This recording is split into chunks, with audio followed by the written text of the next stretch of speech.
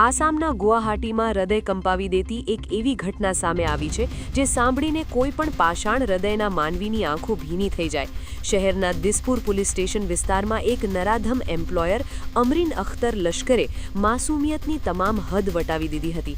પોલીસે જ્યારે દરોડો પાડ્યો ત્યારે આ પાપીએ પોતાની કરતૂત છુપાવવા માટે 13 વર્ષની માસૂમ બાળકીને દીવાન પલંગના સામાન રાખવાના ખાનામાં પૂરી દીધી હતી। 25 મિનિટ સુધી અંધારા અને ગૂંગળામણ ભર્યા બોક્સમાં જીવના જોખમે પુરાયેલી આ બાળકીને જ્યારે પોલીસે બહાર કાઢી ત્યારે તેની હાલત જોઈ પથ્થરદિલના લોકો પણ ધ્રુજી ઉઠ્યા હતા। ચોંકાવનારી વિગત તો એ છે કે આ માસૂમ બાળકી છેલ્લા 6 વર્ષથી આ નર્ક જેવી જિંદગી જીવી રહી હતી।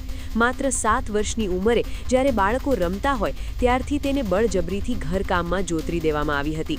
6 વર્ષ સુધી તેના પર અમાનુષી અત્યાચાર ગુજારવામાં આવ્યો અને તેને પશુ કરતાં પણ બદતર હાલતમાં રાખવામાં આવી હતી। પોલીસ તપાસમાં બાળકીના શરીર પર અત્યાચારના એવા નિશાન મળી આવ્યા છે જે આ 6 વર્ષની યાતનાઓની સાક્ષી પૂરે છે। દિસપુર પોલીસે ગુનો નોંધીને આ ક્રૂર એમ્પ્લોયરની ધરપકડ કરવાની દિશામાં ચક્રો ગતિમાન કર્યા છે।